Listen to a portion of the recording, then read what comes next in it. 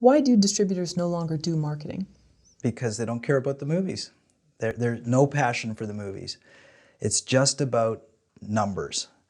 They look at a movie, they say, can we make money off of it? And if they can, then they're not emotionally attached. You know, when a filmmaker makes a movie, I mean, I don't want to be, this is a crazy analogy, but it's like having a child. I mean, it's a big deal. Making a movie is a major, major deal in someone's life. I mean, the amount of time, effort, money that you put into it, the sweat that you put into it, I mean, it's a big, big deal. And you are so emotionally attached to it, and it's such a major part of who you are in your life because it's such a gigantic commitment and a huge accomplishment.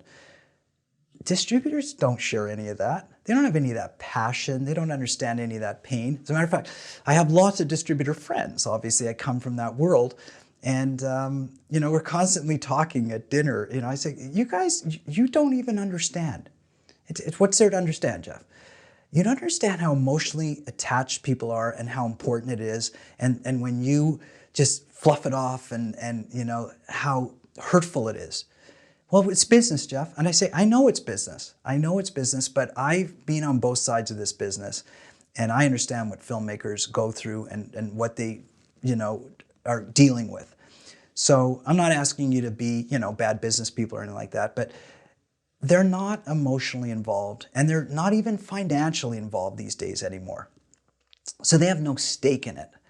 Like when I say financially involved, you know, getting a minimum guarantee at least gets them connected and gives them a little bit of risk, but it's hard to get that now, you know, especially a significant one that makes them sweat a little bit. See, very rare you get that. So when there's no financial attachment or no emotional attachment, why should they have to get behind it and put too much effort into it? It's a volume game for them now because a lot of their business is on AVOD platforms where it's basically throw it all up there and see whatever people watch and just take a piece of it. And if you have 100 of them going at the same time, then hopefully the volume will be enough that you can make some real money. But individually, each person's not going to make very much. But they don't care because their business is volume and their business is, I hate to say this because it's going to disturb a lot of filmmakers who are watching this, but I'm going to wager to guess that most distributors don't even watch the movies that they distribute. They might watch 10 minutes of it. Maybe they flip through and watch the first 10, the middle 10, the last 10, just to make sure it's in focus and working. Can you imagine that? Somebody selling your movie who hasn't even watched it? You know, I mean, how disappointing that would be. And they're supposed to talk about it and be passionate about it. They've never seen it. So that's why they don't do marketing, because they don't really care. And that's why a filmmaker has to do it, because they do care and they're going to do it with more passion. Now, maybe not as much skill because they don't do that for a living. And that's why it would be helpful to deal with people who do it for a living. And yeah, will any marketer feel as passionate about the film as the filmmaker? No, of course not. Nobody's going to feel more passionate about their children than the parents, right? But there are people who will feel more passionate than like teachers would feel more passionate about kids than, or coaches or something like that. People who are connected, the way a filmmaker, but a distributor, they just don't care. That's the main reason. You know how they say a good artist should have a manager and an agent, but also be looking to book their own work. Don't rely, you'll be waiting by the phone or your email. So is it similar that if you get a distribution deal, if you're lucky enough to have gotten that then you are finding who your audience is, you're going out there and you're actually dealing with them. You're not relying on, well, my distributor just won't, they don't care. It's just business to them. Once in a while, you'll get lucky and a distributor will get behind it and really try hard, and because they realize that there's potential and that if they put a lot of resources behind it, they'll generate more revenue and be more successful with it once in a while. But I would not take that for granted. So as you say, don't rely on it. If it happens, feel like you're lucky and and you won the lottery. Don't rely on it. Figure that even when you get distribution, you're going to have to support the distribution efforts with your marketing and awareness creation as much as you can. And maybe you can't, maybe you can't. And that's why a lot of filmmakers get disappointed with distribution deals, because they say, hey, I gave it to a distributor and they did nothing with it. They stuck it on a couple of platforms. I could have done that myself. They basically did nothing. You know, they didn't, you know. So I say to them, well, what did you do? Well, it's not my job to do it, it's the distributors. I said, well, that's the new norm, the new narrative that I'm talking about. It actually is your job now. And I've heard that from a lot of actors, filmmakers, writers. That's why I have a manager, but then they don't want to do other things that could actually help propel them, you know. In the new narrative that I'm talking about, the manager agent thing, and if you want to talk on the talent side, is basically the manager needs to navigate the business elements so that the person doesn't have to learn to become, you know, their own lawyer and business person. The agent just needs to keep an eye on, you know, what the opportunities are, right? But in the distribution world, I mean, what is a producer, writer, director who's making indie film? What's the manager going to do? They're going to negotiate a distribution contract for them. I mean, there's so many people who can do that, and I'm not sure they're going to do it well anyways. And, you know, agents, like, first of all, you know, I think that most indie film people aren't going to get that anyways for two reasons. One is they can't afford it. Like an agent manager, they want to make money. They want retainers. You know, yeah, sure, they're going to take a percentage, but they at least want a retainer. So who can actually afford to have those people on staff, you know, and working for you? And secondly, you know, agent managers need to also, you know, make a living. So hence they want to deal with potentially bigger stuff. And indie films generally aren't big enough. The odd one is, you know, that it will make enough money to pay a 5% commission to an agent or whatever it is. But for the most part, they aren't. That's why it's so hard for indie filmmakers, especially writers, to get representation, because the agents don't want to spend too much time on it because they don't feel there'll be a return on their time. Can you make a commercially viable movie for $250,000? So it's interesting, that number gets thrown around a lot these days, $250,000. I used to throw around the number 750. Like that was the number that you needed to spend to make a decent movie. And I always used to say, hey, I'm a decent filmmaker, but remember, I didn't go to film school. You know, I went to law school and business school, so I have the business side down pat. I didn't go to film school, so maybe I don't have the artistic side down pat as much, you know, but when it comes to spending money, I kind of know how that all works. And I used to say as a filmmaker, I think you got to spend at least $750 to make a decent movie, just because you got to give yourself enough time to do it properly. And assuming you want to pay people, you know, I don't have the connections to have people work for free, and I don't really want to ask them to work for free. So I'm not overpaying, or, you know, I'm not paying, nobody's going to get rich, but, you know, I'm paying a fair salary, that type of thing.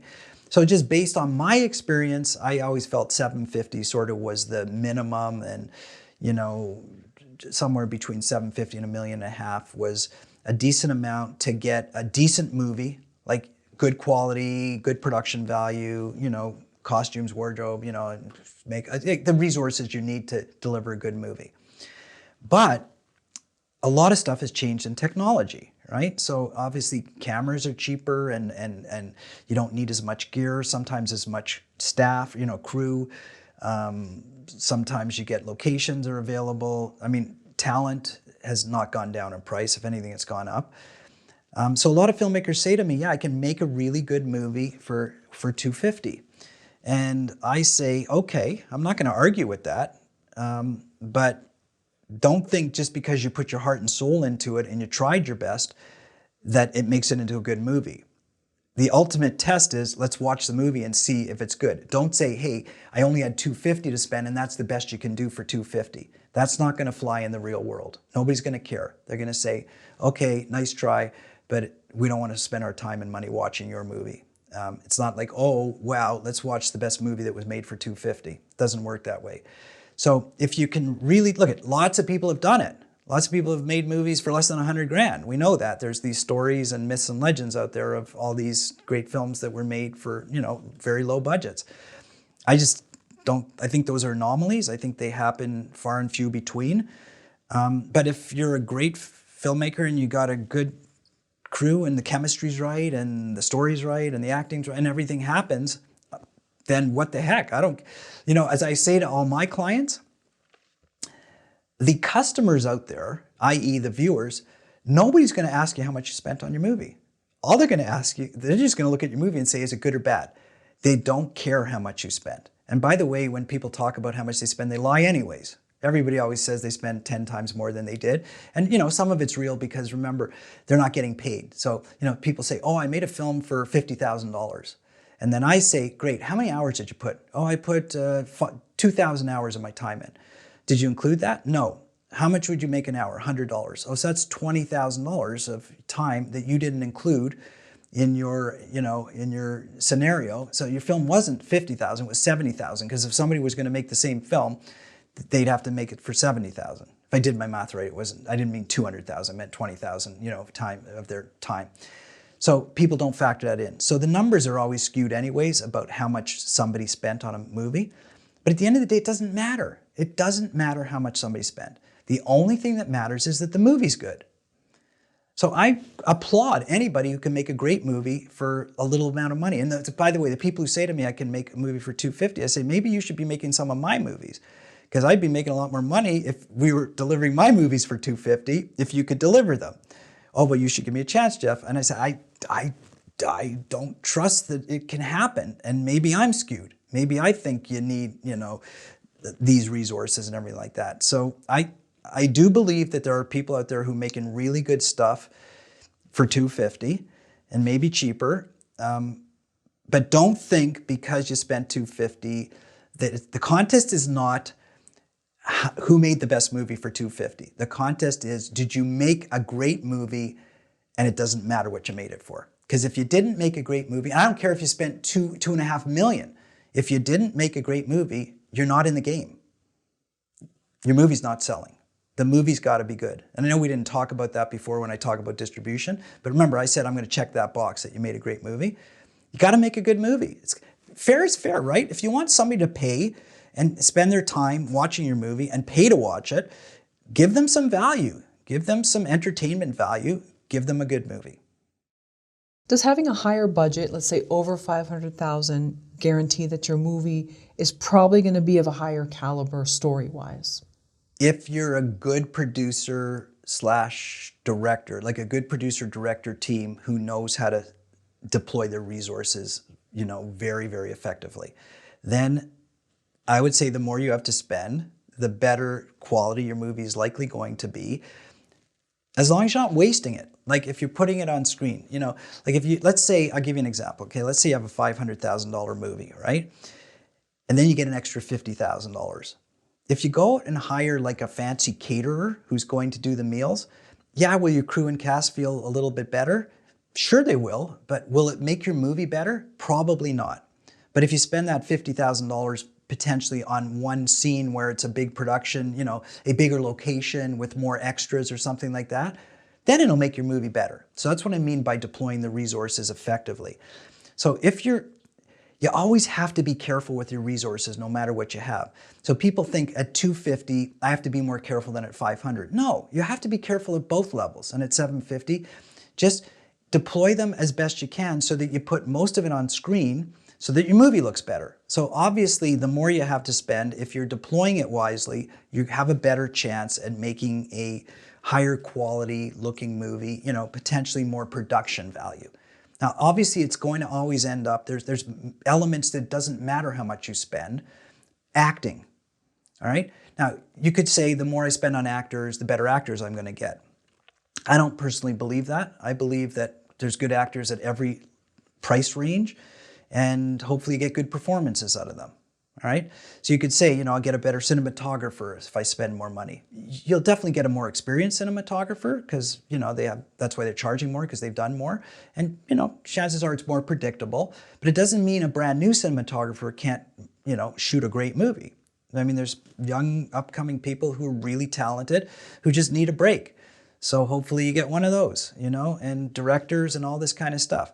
Hopefully it all gels, and so that's where the magic can happen at low budgets, where everything gels and you just get great performances, great directing.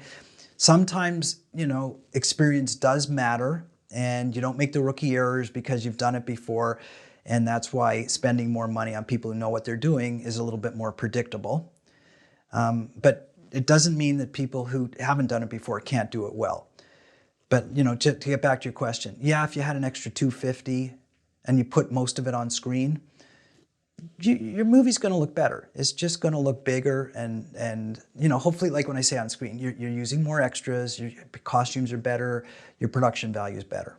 By the way, if the story's bad, the acting's bad, you could spend $5 million and still come up with a bad movie. I mean, you know, a bad movie is going to be a bad movie. So it does start with a decent story, a decent vision from the director, and good performances. And then the rest is just capturing it properly. You know, focus, sound, the shots you choose, that kind of stuff. Earlier you said the audience doesn't care what you paid for your movie. I know film festival audiences might care though, because they just want to know what was your budget range and how can I emulate what you did, kind of. Everybody lies. I go to tons of festivals, I sit in these screenings and they say, well, how much was your budget? Oh, I'm going to tell you the truth. And then they usually triple it or quadruple it. Nobody wants to say they made a $10,000 movie because it feels too small, right? So how do you know what's real unless you've done the accounting for it? I've been there, done that. I know what things cost. I know, you know. Now, when a filmmaker says to me, hey, I didn't pay anybody, then I say, great, you know, you're lucky that you got people to work for free. I don't do the movies that way. I believe they should get paid, but I'm not saying it's wrong. You know, sometimes people say, oh, I spent 5 years making my movie because I just shot on weekends or this or that type of thing. And I say, okay, fine.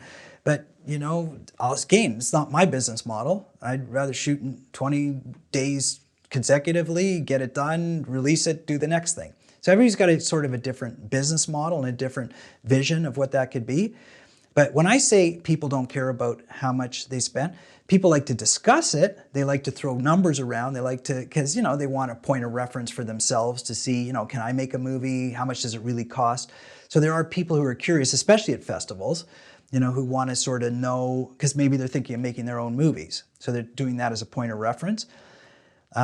But if you've watched a movie and you've left the theater and you said, wow, that's a great movie, and then somebody said to you, oh, that costs $50,000 or $5 million, you'd be way more impressed if it was $50,000, wouldn't you be? Way more.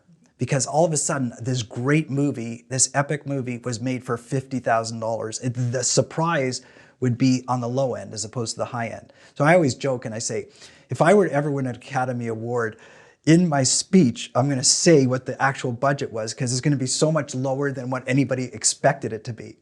You know, because everybody expects if it's a good movie that it has to cost so much money. And by the way, here's the other problem with the narrative that indie filmmakers, everybody throws around Hollywood-style numbers. Oh, I'm making, you know, I told you before, I get phone calls. I'm making a $5 million feature, and it's all ready, but I just need, you know, finance and distribution. I say, whoa, whoa, whoa, time out. You're making a $5 million feature, but it's not finance and you don't have distribution. So how are you making the $5 million feature again? Like, in your mind, you're making a $5 million feature, but in reality, what you're probably going to spend is $50,000. I mean, that's what's really going to happen if you want this feature made, unless you are connected to some really high net worth individuals who are prepared to make big donations to you. So everybody still throws around the big numbers, especially in the Hollywood circles, and everybody wants to pretend Hollywood, and at festivals, you know, it's Hollywood talk, right? Which is, you know, oh, 2.5, I made my movie for, you know, 3.2 and blah, blah, blah. And it's like, all right, whatever. Doesn't look like you did. So, you know, it's different strokes for different folks. What does it cost to get bankable stars in your movie? So bankable stars, you mean A-list talent, basically. People who people say who's in it, and when you say the name, they say, oh, I know that person. That's a bankable star. All right, so that's what I call bankable. Because there are sort of secondary bankable where it's, oh, I've heard of that person, as opposed to, oh, you know, when someone goes to see a movie in the theater, the first question they ask is who's in it. And, you know, that's why A-list actors make so much money, because people say, oh, if they're in it, I'll go see the movie, right? They don't say, what's the movie about? They generally say, who's in it? Even for animated films these days, that's the crazy part. Like, I mean, we're talking voice of talent, you know? So what does it cost? It's flexible, but A-list talent costs more than indie film producers can afford. And the other thing is that chances are A-list talent doesn't want to do indie films unless it's their story or they're personally connected and they want to direct. And the reason is because an A-list actor does not want to be associated with a C-list film. Like, the production value is too low and it's going to taint their reputation. I say unless it's their story and they're very connected to the filmmaker or whatever, and they want to help share that vision. So I'm going to say that, A-list talent, is in the 7-figure range, like, the $1 million plus range. B, or say A- list or B plus, is going to be high 6 figures. And when you're making a movie for $500,000 or even $1 million, and you want an A-list actor, then your budget just doubled. You're going to have a $2 million movie. Now, a lot of people will say, all the distributors who are watching this will say it's worth it because that's what's going to sell the movie. And they're right. It is worth it if you know for sure you got a sale on the movie. See, if you go that route and you don't get your sale, you've just doubled your budget, you've taken a huge risk, and maybe it's not going to work. But some people say it's a better risk to put an A-list actor in and spend that money. It's less of a risk than it is to not have that. A lot of international distributors will say to you, don't even bother making a movie unless you have recognizable, bankable talent, which I don't totally disagree with. But the genre I work in, family, I don't really use any recognizable talent because I think it's more about the story than it is about the actor. Now, recognizable talent wouldn't hurt, but I don't think the numbers would justify, in terms of the selling side, the cost of the actor. Now, there's some people that use previous A-list actors who maybe now have become, I don't know what their rating would be, but then there's a draw in that too, that someone that had been out of the limelight for a while, hadn't been working for whatever the reason is, and now has made a comeback, and they may be totally different persona-wise, appearance-wise than they once were, and then that's probably a draw as well. Very, very big draw. That's very, very common. I call them A- or B+ list actors, people who are not, in the limelight. They're not the top 50 or whatever in Hollywood, but they've been there, done that, and are very recognizable. Very good for international sales because people still recognize their face or their name. So that's much more common, and it is bankable also, but it's not cheap. A B-list actor could be $50,000 a day. Not uncommon to see that at all. And they're worth it. First of all, they're good actors, right? So you pretty well can depend on them giving a good performance, usually. And yeah, they have that saleability, or what you call the bankability. And you don't know for sure how bankable it is, but you're pretty certain it's better to have them than not to have them. But it's just a finance equation, right? So like if you were to say to me, why don't you put, like 2 B-list actors into lead roles in your movie? And I'm going to say, because it'll double the, be $500,000 in that fee. And I don't think I think I'll only increase my sales by say 350,000. So I'm doing some calculations beforehand and saying it's not feasible for me to do that. But if I did it the other way and said, by putting a $500,000 actor in, I could get, $1 million of extra sales, of course I would do it. What's the likelihood of someone who just has an idea, so no screenplay, no trailer, no artwork, no attachments, getting a pitch inside Netflix? -1 to 0. unless they have an agent who really likes them a lot and wants to get them in there. First of all, Netflix doesn't take unsolicited pitches. None of the streamers none of the studios or the streaming companies take unsolicited pitches, meaning you can't phone them up. They don't have like a place, a website, or an entry point where you can phone them up and say, I have a great idea, I'd like to pitch you. It doesn't exist. They publish that. That's right on their website, okay? So the only way you can get in is with either a agent / manager, lawyers, whoever, somebody who's connected internally in there, or a distributor who's done business with them, all right? That's the only way that you can even attempt to get a pitch. So right away you can't get in directly.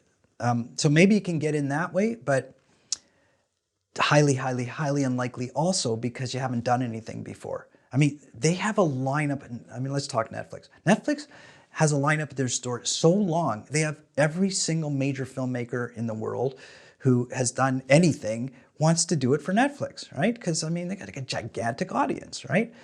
So think of all the people ahead of you in line and what their credentials are relative to what your credentials are. So I would say if you want to attempt it, then you try to get in line for an agent who you're not going to get the time of day from either. So then keep working at your craft.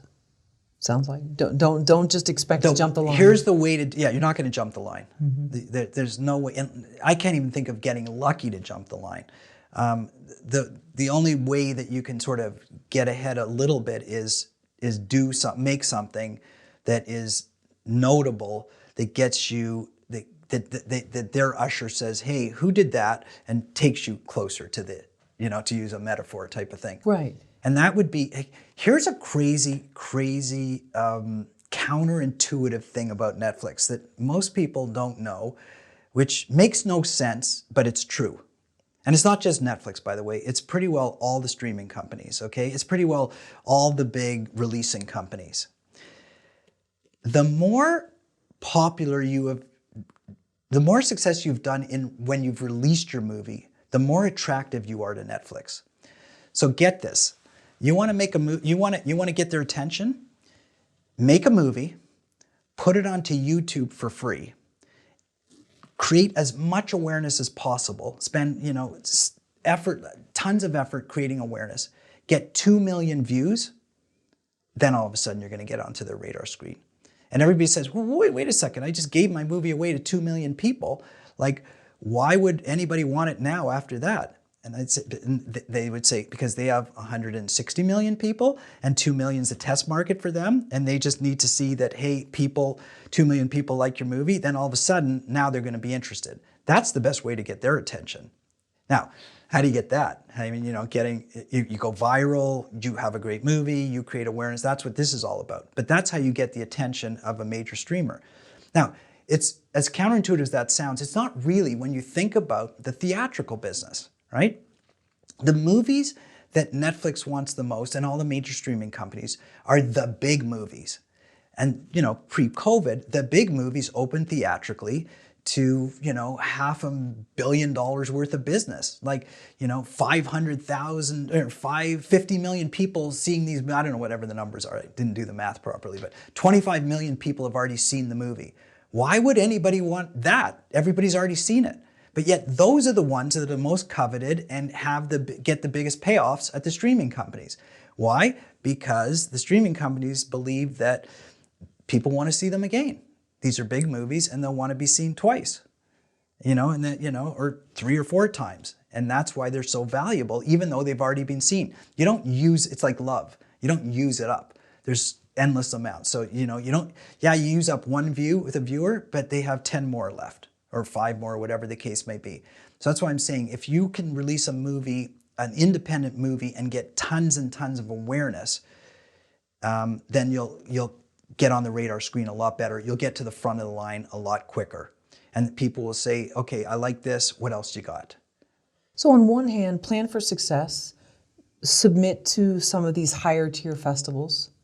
Don't just assume, don't rest on that you'll get in.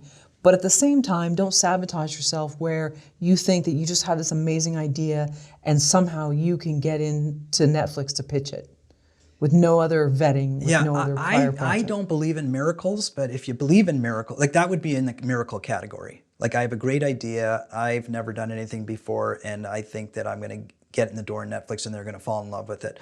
So to me, that's a miracle. That's like so far beyond reality. Maybe it's happened, I doubt it. Maybe it could happen once and maybe the myths and legends will be created around it, but I put that in the category of a miracle. How about we move the needle a little bit of miracles and talk about a finished screenplay, first finished screenplay. Am I getting into Netflix? You're still in the category of miracles.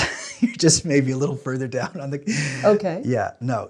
If you're not a proven writer, first of all, they're not reading it. Second, they're not accepting it. They're not reading it unless it goes in through a literary agent who they do business with, which you can potentially do that. But how do you get that literary agent? You got to get them. So that's almost as hard as getting into Netflix itself. So you're still, it's tough. And I know it's not. Like, this is one of those things where, you say speak the truth and the truth kind of hurts a little bit. Yeah, it's a reality. So you've got this screenplay, you put your heart and soul into it. It's probably really good and you can't get anybody to read it. So that's why sometimes you go down both paths. You spend a lot of time getting an agent or trying to get an agent who hopefully can get in the door and pitch it to somebody, but you don't put all your eggs in that basket. At the same time, you start to think about, okay, how do I do this myself? And maybe one happens before the other, or you never know. And we go back to the Einstein quote. Yeah. So you're not banging your head against a wall, and you're trying a different route, which is more of a proven route instead of my thing is different. Because we all think our story is special. Yeah. And it's nothing against anybody's story or their writing or their skill, but you kind of have to go through certain channels. It can't just be... Yeah. Like in Hollywood, and when I say Hollywood, I'm including, like not just the studios, I'm including, the big streamers now and, basically the people who control most of the eyeballs. They've done a really good job of locking out all the indies. They don't do it on purpose, but the reason they do it is because they deal in such high caliber product. I mean, it's a business decision, right? Like they're dealing in very, very high-end production quality content and actors and that type of thing, and they just don't need to waste any time on indie film production. It's just, it's a nuisance.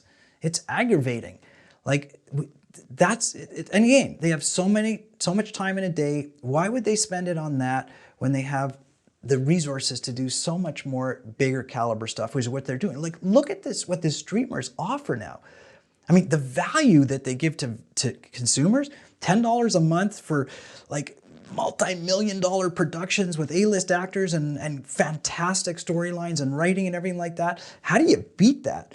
Like you're, an indie film producer, like how do you even compete with that? So looking at it from that perspective, like fair is fair, right? They got a business to run, they got viewers to satisfy, and they have all the resources to do it and revenue coming in from subscribers. So why do they need to focus on that? Why does any exec at a streaming company need to read an indie script when they got 50 other scripts sitting beside them written by in-house writers who are, high caliber, successful, people who are on staff? They don't. That's the reality. Because here's the thing about indie filmmaking that I'm going to give it credit for. It's generally a lot more creative than big budget film. The big budget stuff is very well done, and I love it.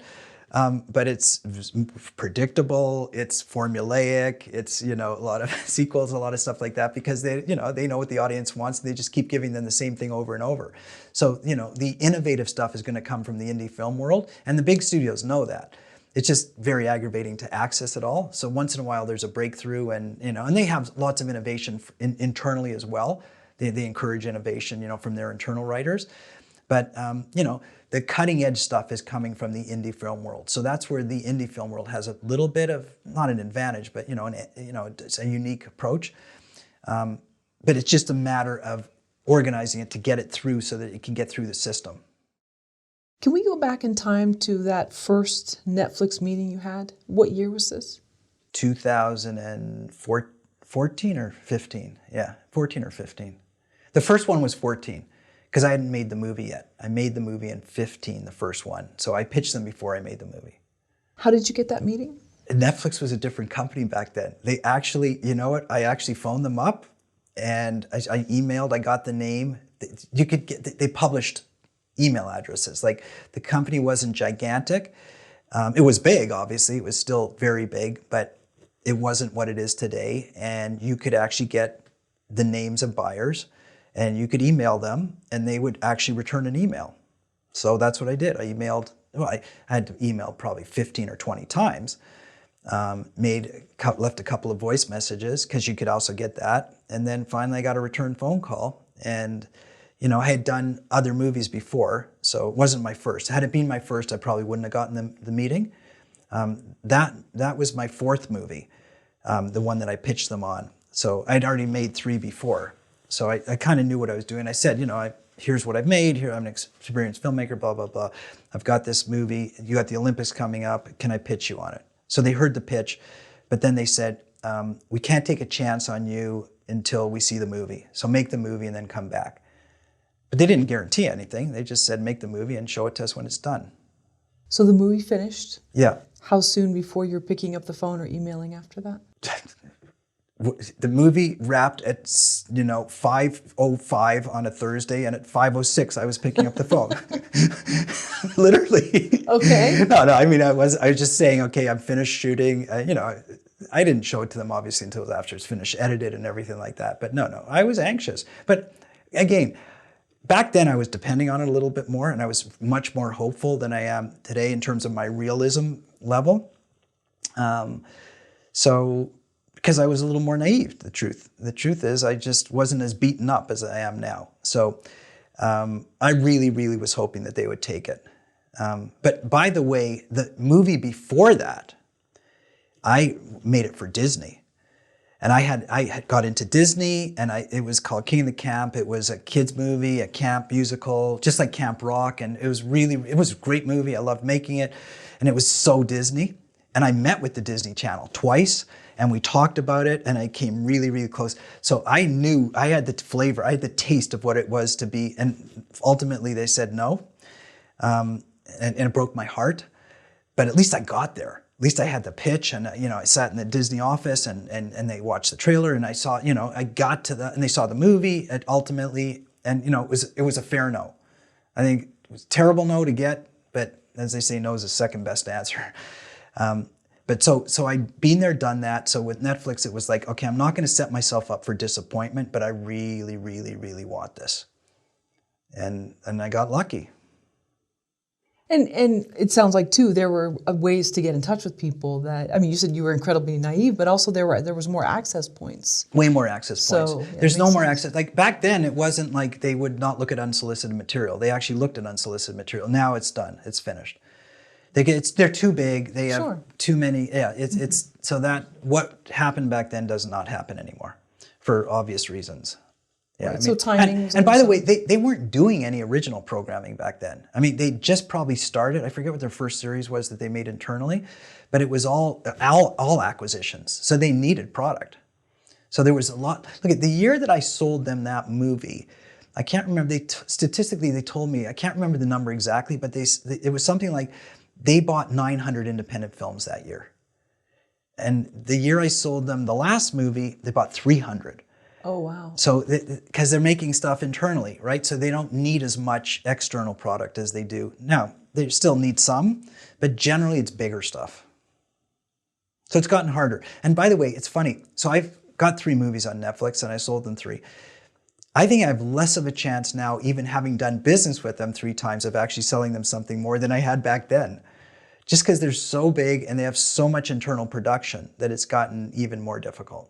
Since you'd already worked in distribution, didn't you have a number of contacts you could count on to try to get you in the door, even after, let's say, some of the window closed of their email addresses being online for you to access them? Yeah, absolutely. No, a lot of distribution is networking, and people who worked at one company often end up in another company or switch around, and you keep, hopefully you have your friendships with them and your business relationships, and I do get a lot of pitch meetings that way because I know people. I mean, that's a big component of distribution, as it is in any business, right, is networking. So, yeah. So I'm not as active in distribution anymore, so I don't have as many contacts as a lot of newer people and younger people. But the people who I have known for many years who are still active, I still get meetings. How does one become active in distribution? Let's suppose someone's starting from the ground level and they want to be able to build that rapport with people. What are some good ways they can do it themselves? So it's funny you asked that, because I do teach at San Diego State University. I teach filmmaking, and I said to a lot of my students, you might want to consider going into distribution to start your career, not production. And know that, in 5 or 10 years after you do distribution, you'll end up hopefully in production, and just, make sure you guide yourself in that direction. That's how you do it. You got to work in it. Like, you can't expect to be a working film producer and understand the distribution circles, because you're not in them. You got to work in a distribution company, go to the markets, meet your competitors, meet other people, meet buyers. The distribution companies are constantly meeting with buyers.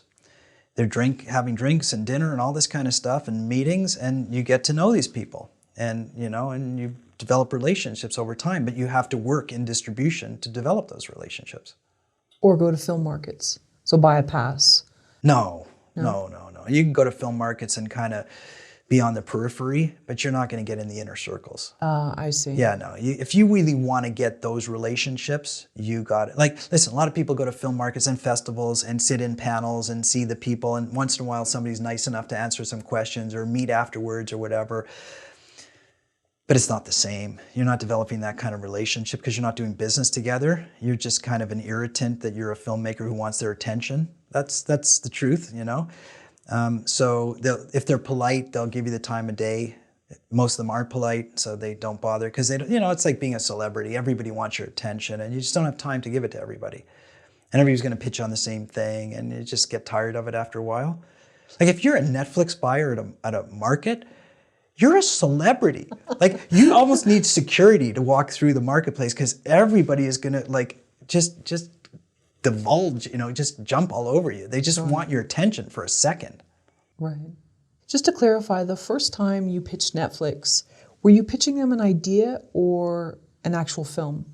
Great question. So the film wasn't made, so I guess it's an idea, but the film, there was a script, there was, the production was ready to go, all the actors were in place, I knew where I was shooting. It was just like pre-production. I pitched them at that phase. So the movie, I'd already have financed the movie, by the way. I didn't need them to finance the movie. The movie was already financed, ready to go, ready to be shot. But I felt like, you know, if I were to do it again, I would pitch them even earlier this time, but I pitched them at that point. And by the way, I didn't just pitch Netflix. I pitched everybody. This wasn't exclusive Netflix. I mean, Netflix was one of the companies I pitched. I pitched every studio. I mean, Disney was where I was hoping to put that movie full out. I mean, Disney was the target for it. It was, you know, girl-centric. It was female empowerment, 12-year-olds. I mean, it's the Disney audience. Frankly, I was shocked that Disney didn't buy it. Disney bought it for the Disney Channel for the rest of the world, but not the United States. I was shocked. I expected the sale to come from them. So I'm not disappointed that it came from Netflix because they were a great customer and ultimately worked out fantastic. They had a huge audience, but it was the Disney audience that I was, like when I pitched my investors and they said, where are you, like, what's your niche audience? Who's your niche target? I said, it's Disney. I mean, we're setting up the movie. It's a Disney-esque style movie. It attracts their audience. This is who we're going for. So, and I had several meetings with them because I knew the people there. And they just said no. And then luckily Netflix said yes. But, you know, I also pitched pretty well every studio. I mean, I knew a lot of people like Sony, Warner, Fox. I knew people at all these places through my distribution days. So I was able to get meetings. So that's how it happened. But it happened just before I made the movie. So there was lots to pitch on. And I had made a promo reel. Obviously I couldn't make a trailer because I hadn't shot anything yet. But I cut a promo reel, almost like a little sort of 3-minute documentary about who I'm making the movie about, where I'm shooting it, little narration, that type of thing, just to make it a little bit more visually appealing. And it was a good promo reel. Did they say why they didn't want to take on U.S. territory? Disney? Mm-hmm. They didn't like the movie. They don't tell you why. They don't tell you why. Okay, I wasn't sure. And even if they do tell you why, it's just make you feel good. You know, what are they going to say to me? It's not a good movie, or it doesn't. You know what they did say. You know what they said? They said it doesn't suit our audience. And I said, okay, this is confusing to me. Number one is Disney Channel rest of world took the movie and it suits their audience. But Disney Channel USA said it doesn't suit our audience. And then I said that to them and they said, it's a different audience. And I said, you're kidding me? But what am I going to argue? I mean, you know, I just take everything to mean we don't like it. You know, thanks a lot. Nice try. No matter what they say, that's what I hear. They could say anything and I hear, sorry, nice try, come back tomorrow. Yeah, I just wasn't sure how much they told you because that's very fascinating that the rest of the world liked it, but the U.S. But I don't believe it. You don't believe it? I don't believe. I know. First of all, I know darn well that movie plays to their audience. They just didn't have room for it or whatever. That's what they told me. It was, you know, whatever they needed to tell me to be polite and, you know, and get me out the door. Sure. That movie plays to their audience. We all know it. They know it. I know it. You know, the world is not different that way. 12-year-old girls are 12-year-old girls everywhere. How do you articulate distribution and sales forecasts to investors? well, articulate them, I show them charts, and basically I show them what I believe the revenue generation is going to look like over what period of time, which is the cash flow analysis, and then I put it into a nice concise chart so that they can see it in sort of a one page. That's how I articulate it. Now, how do I create it? I do my own sales forecast because I have enough distribution experience to sort of know what to expect, what the levels are, what people are paying. It changes all the time, obviously, as the market develops and as new customers come in or different technology or whatever. So you have to constantly keep revisiting that. But you generally do a revenue forecast based on either comparable movies that have gone in the past, not too far in the past, that you can compare to, based on your own experience, based on what you believe you're going to get from a certain marketplace. And you do them I do them at 5 different levels, like low, semi-low, medium, medium-high, high. So I do 5 levels. Some people do 10 levels, some people do 3 levels, you know? But you can't do, I mean, you could do 1 level, but you know, it's, so I show what sort of the average that we can expect is, what, you know, the home run is, what the disaster is. And, but a lot of people pay for that. So there's companies that you can buy revenue forecasts from that do it for, you know, as a service, and you pay a lot of money actually. I've seen lots of those forecasts. I don't think they're so credible, but you need something. You got to show something to investors to say that you've done your homework and this is what a credible company that has compared it to sort of like movies has shown. The reason I don't think they're so credible is several reasons. One is they're using movies that have played like 10 years ago. They're talking home video numbers.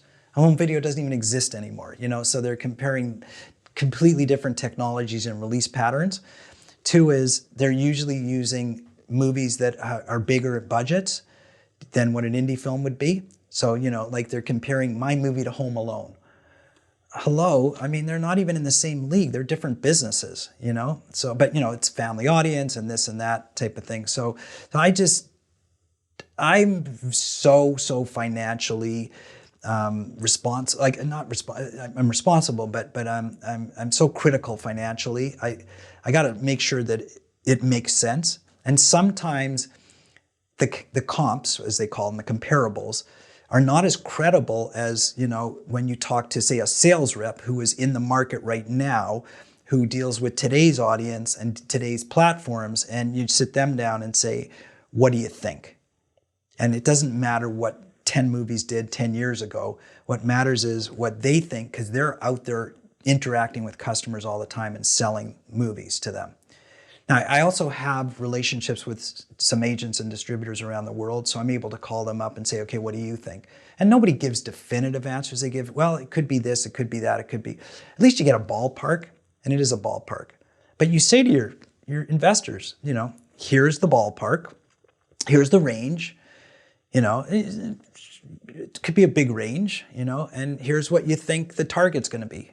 And it's like no different than any other business. You know, opening a restaurant, what do you think your customer base is going to be and how many meals you're going to sell? You know, building a condominium complex, what's the revenue going to be? It's just like that. Maybe a little less predictable than that because it's a movie. Do you talk to your students at UCSD about that? I mean, do they want to know, how can I create this, even if it's just for play and Excel? Yeah, they do. Okay. But it's so, I need a whole course on that, actually.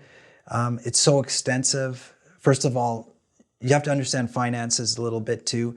And I do get into, I mentioned cash flow. You see, so there's how much revenue you're going to generate, but what the time frame it's going to take to generate it. And that speaks to sort of return on investment or internal rate of return.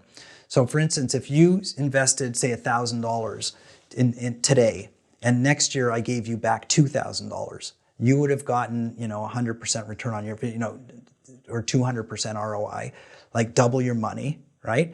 But over a year. But if I returned it to you 2 years later, it would have been over 2 years. So it's a sort of a different financial analysis for an investor because they're looking at their annual rate of return. So the longer it takes to return the money, the lower their return on investment has been, or their internal rate of return, as we call it. This is beyond what film students want to learn. I mean, film students don't sign up to learn. This is accounting stuff. I mean, this is stuff you learn in business school.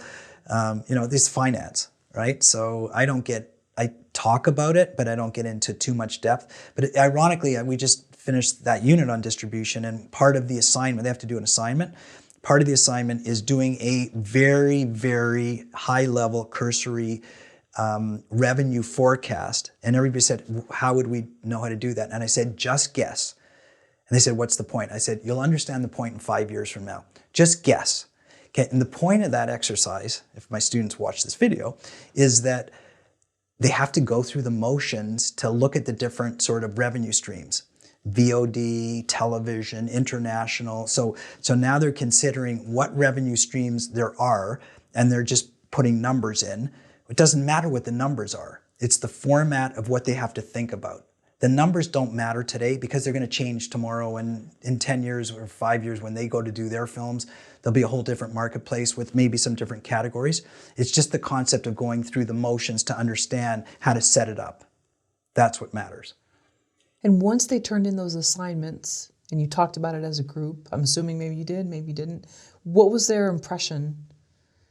Of the revenue forecasts? Right. So they had to create it, and even though they're just plugging in these numbers and they're just maybe guessing. The revenue forecast is a tiny, tiny component. The major component of the assignment was marketing, was how to create awareness. It was basically deciding who your audience. So everybody picked a film to use. Some people picked some of my films, some people, they had to choose a feature film. This is what they do. Then they have to tell me who their audience is and why. Then they have to tell me how they're going to create awareness with that audience. So which is a whole marketing campaign, like what they're going to do with social media, they're going to do paid advertising, how much they want to spend, and why they can justify that spend. Then they're going to tell me what platforms, how they're going to make it accessible to the audience. Are they going to do a theatrical release? Are they going to do, video on demand? Are they going to try to do subscription? If so, what do they expect as their return? So they have to do all the research on all the platforms and what to expect. Will they do television afterwards? Will they do day-and-date releases? This kind of stuff. That's the core of it. Now, how much they're going to make is literally a separate course. I do that. I do two things sort of as add-ons, which are worth fewer points. Everything is point-based. Sort of how much, what the revenue would be, and the other thing is do a distribution agreement. So I give them a template for a full distribution agreement so they can read it and see it, and then I give them a distribution memo. And again, they say, well, how would we know this? And I say, you won't, just make it up. Because I don't care what they say as the term of the deal. I care that they know, here's the items that go into a distribution agreement. You have to know the territory, the term, the language, is it exclusive, what the payout's going to be, I just care that they look at the categories. It doesn't matter what the numbers are. It's funny to read the numbers because they're all over the place, but it doesn't matter. It's the thought process that goes into understanding what goes into one of these documents. Have you ever pitched a completed film to Netflix? Oh, yeah, definitely. Well, the first one was completed. I mean, I pitched it before, but then I had to pitch it after to get it sold. The second one was a completed film, Kiss and Cry. That was pitched after the fact. I pitched, do you want me to go through them all? We've already asked it, so that's why I wasn't I sure. pitched another one that they said no to, which I think is my best film ever, but they didn't think so, and they said no. And They didn't tell you why? No. Wasn't a fit for the audience? Even if they did, honestly, I honestly don't even hear why. Because I feel like it's just being polite, whatever it is. If you say it's not a fit for your audience, then their audience is so big, everything's a fit for their audience. They own the entire world audience. So, I mean, if they say it's not an entertaining movie, then truthfully, I guess my ego's too big to believe that, because I've done so many screenings with it. I know it's entertaining to audiences. I mean, I've been in so many festivals with the movie, and I've watched real audiences, not friendly audiences, people who know me, complete strangers, watch and critique the movie. So I know it's an entertaining movie. So when somebody says it's not an entertaining movie, then I say I respectfully disagree, but you get to say it because you own the audience and I don't. But that's okay. That's their prerogative. It's their business. When we played that one little game before, which I really liked, where you said, what's your movie? And now I need you to fill 100 seats from people that are not friends and families, coworkers, whatever. Do you ever run that by your students And do they? Yeah, All the time? That's right out of my class. Oh, okay, great. Okay, and where do they? That's like lesson 2 in my class. Oh, and I love it. I like that game. I actually should become a board game. Well, no, but it's because it really gets you to think critically, and it makes the stakes a little higher to really, really dig in and say, okay, who would I put into those seats? And what do they say? Like, what are some of the ideas that these students have come up with? Well, it depends on the movie. I don't want to get into too many details because, I don't want to, it's not fair to my students, whatever. Sure, But sure. like one of the groups did Pulp Fiction. Okay. So they went into a lot of detail of who that moviegoer would be. Now, there's probably tons of research on the internet that they probably could have borrowed from, I don't know. But they thought about, what age group, what demographic, what that type of movie would attract, that type of thing. So, and they gave me reasons of why they thought that was the people. And it doesn't matter, again, whether it's right or wrong, because there aren't right and wrong answers. It's about the reasons why you do the critical thinking you do. So they say, they could say that's for 12-year-old girls. And as long as they tell me why they think that and it's rational, then they'll get a good mark. Now, I totally disagree. That movie is obviously not for 12-year-old girls because there's so much violence and swearing and all that kind of stuff. But they wouldn't say that, obviously. But they might say, males 50 to 70. And I might say, well, it's probably males, 30 to 50. But, tell me why you think 50 to 70. And they might say, because we think that those males are more mature and have more time and would like the violence better or something like that. As long as the reasoning's good, it's about the critical thinking because it's constantly changing, as I said, right? So I want to create critical thinkers who can be creative and just be rational. Now, they'll work in teams ultimately when they're in the working world, and it's good to have different input and different ideas. And as long as you're not crazy and delusional, as long as it's about thinking about it. That's what learning is about thinking critically about something and trying to understand it best you can. It's not about right and wrong necessarily in this. This isn't math. There's not a right answer and a wrong answer. This is about how you come to it.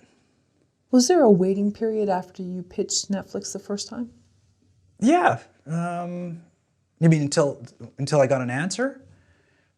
I had 6 weeks or so, something like that. They had to circulate the movie internally a bit and think about it a bit. I can't remember exactly, but it wasn't a long, like it wasn't more than that. Maybe 4 weeks, something like that. It was relatively soon. You're sitting on pins and needles the whole time. You're so anxious. But, they do, fair is fair. They have a million things to look at, and they have to get opinions of few people. When Netflix said yes to you, what did that yes mean? It meant that I just became a real filmmaker. No, it meant like, it's surreal at first, to be honest with you. It's like, holy smokes. But first of all, you got to understand, I am so skeptical about everything because I've been in business by myself for so long that I've seen so many deals fall apart. So the truth is, and I hate to say it, the truth is, and I do this with everything. So if anybody who's ever worked for me knows what I'm about to say. It's like, the deal's not a deal until the check has been cashed and cleared in the bank. So even though you have a deal in writing, even though it's all signed, sealed, delivered, you've delivered the movie, when the money comes and it clears, then it's a deal. And everybody says, like, why? Can't you just celebrate? They said, yes, you have a contract. Here it is. They're taking delivery. I said, yeah, but I've seen lots of deals there where it falls apart at the end, the very end, even though and what are you going to do? You're going to sue Netflix, your little like lowly filmmaker, and you're going to take them to, and you'll probably settle or something like that if the deal were to fall through. But I kind of wait until the very end. So as much as I was thrilled and happy, it wasn't done until it was paid for. Do you think that's a good motto to go by? Do you think too many people are trusting and get their hopes up? And so that's when you said you'd been through so much and so much rejection. Yeah. It seasoned you in a way that you're more apt to close any gaps that... Yeah. It's not a good way to be. I mean, it's good to be able to really celebrate and everything like that, but the word you used is right. It's seasoned. That comes with experience. I mean, generally when you've been in it enough time, that's any business, not just the film business, but when you've done enough times and you've seen sort of what the scenarios are and how it plays out, I just don't want to set myself up for disappointment. And I understand, especially when it's new territory. Like, it wouldn't happen now with Netflix. Now I've got enough experience and I know who they are and they're a big enough company and everything like that. But back then it was the first deal. I didn't know what to expect. And I'd seen a deal go sour, a really good deal that I had done before a few years earlier went sour at the 11th hour. Like, it was a done deal and it went sour. And I was in a position to, sue, but suing's not a good route to take because it's costly and you don't want to ruin a relationship, So I guess I'm a little jaded. No, I'm a lot jaded, but for good reason. I have a lot of experience. I'm super seasoned, and you get jaded when you're seasoned. But I do still allow myself to celebrate when the time comes, but I choose when the time is. How many guaranteed ways are there for a filmmaker to get their film to Netflix? Guaranteed ways? That's a kind of a loaded question almost. Like it's like leading a witness. There's no guarantees. You're talking Netflix. I mean, the only guarantee is, there's two guarantees. One is you're making the movie for Netflix because they hired you. It's a Netflix original and they hired you to make the movie. That's guaranteed because they own the movie and they hired you. Or two is they pre-buy the movie from you based on an idea or a license, which highly, highly, highly is unlikely. Those are the two guarantees. Otherwise, you do it and you hope for the best. But both of those first scenarios are generally Netflix original movies where it's not really your movie, you're just making it for them. What are some of the non-guaranteed ways to get on Netflix? Just shot in the dark? Well, the first non-guaranteed way is make a movie, make it really, really good, create a lot of awareness for it. Not necessarily give it away on YouTube for free, but do something that gets a lot of maybe social media activity, something that you do special, or maybe release it or something like that. That's probably the best non-guaranteed way because it will put you in a league where you'll be able to get their attention because now two things have happened. One is you've made a good movie, it's finished, so you're not pitching them on an idea, you're pitching them on a finished film. And two is you've also gotten an audience, which they want audience. Their business is not about content. Their business is audience. They're in the business of signing subscribers. Remember that. The way they sign subscribers is to create good content. Now, they're also in the content business now, so someday the value of their content library is going to be worth a ton of money. It probably already is right now. But the major asset is subscribers, and they create good content to get subscribers. So if you can show to them that you already have like a ton of interest, and maybe some of those people will become subscribers if they put your movie on their service, that's a gigantic plus for them. Like if you're dealing with, say, a niche audience, right? And they don't maybe have that niche audience or think that they could sign another, 20, 30, 40, 50,000 subscribers based on that movie, they're going to be all over that. So that's the best non-guaranteed way to do it. But it's, you're making a movie, it's super risky, and they also might say no, and they may never see the movie. Like, how do you get it to them, right? You gotta have an agent or a manager or somebody, or the best way, as I said last time, is to go through an existing distributor who already has a relationship with them. But the best way to get that distributor is to have that audience, to have that awareness, to have that notoriety already. It's not just, this is where the narrative is different. It's not good enough anymore to say, hey, I have a great movie. It's not good enough even to have laurels from, low-end film festivals. If you have the Audience Choice Award from Toronto or Cannes, yeah, you're good. But who gets that? One movie, a year, and probably, so chances are you're not going to have that. What's good enough is you've done some marketing and created a lot of awareness, and all of a sudden the distributor / who's going to talk to Netflix can say, look how much interest we already have. Not only are we bringing a movie, we're bringing an audience with it. Seems like a lot of authors are doing that as well. So it's very similar. They don't get signed sometimes by these big publishing houses until they've proven that they have a big social media following. Right. I could be wrong about that. But the good news is, here's the good news for indie filmmakers, if we're going to take one piece of good news, is because of the digital world, you can actually do that now. You can actually reach out to the audience yourself. Now, it's a super crowded marketplace because they're inundated with all kinds of stuff. But, 10, 20 years ago, you could not connect with the world, with individuals around the world. Now you can. Like I say, it's just hard to get through all the clutter, but at least it exists, the technology exists to do it. So if you got a message and you know how to work it and manage it and maybe create this niche area where you could get it out there, at least it's available to do it. Whereas before you had to do generic television advertising or print advertising or whatever and spend a ton of money and not even know if you're connecting with your audience. Is that something that your students are concerned with? How do they kind of rise above the noise? Because there's so much we're inundated with every day. Yeah, I don't think young people are as concerned about that because they're part of the noise. They are the noise, right? I see it as noise because I'm used to other stuff, but they are the noise, right? So they're way more connected than I am, way more up to speed on all the platforms. It's constantly changing, obviously. I'm not hip. I'll tell you the funniest thing. The one compliment my oldest son paid to me, so the back-ended compliment was, Dad, the only thing cool about you is that you actually know that you're not cool. Oh. I took it as a compliment. Okay. No, that was a total compliment. You know what? It took so much pressure off me. Like I didn't want to have to chase around and try to, pretend that I knew all these platforms and that I was on Instagram and doing this and all that kind of stuff.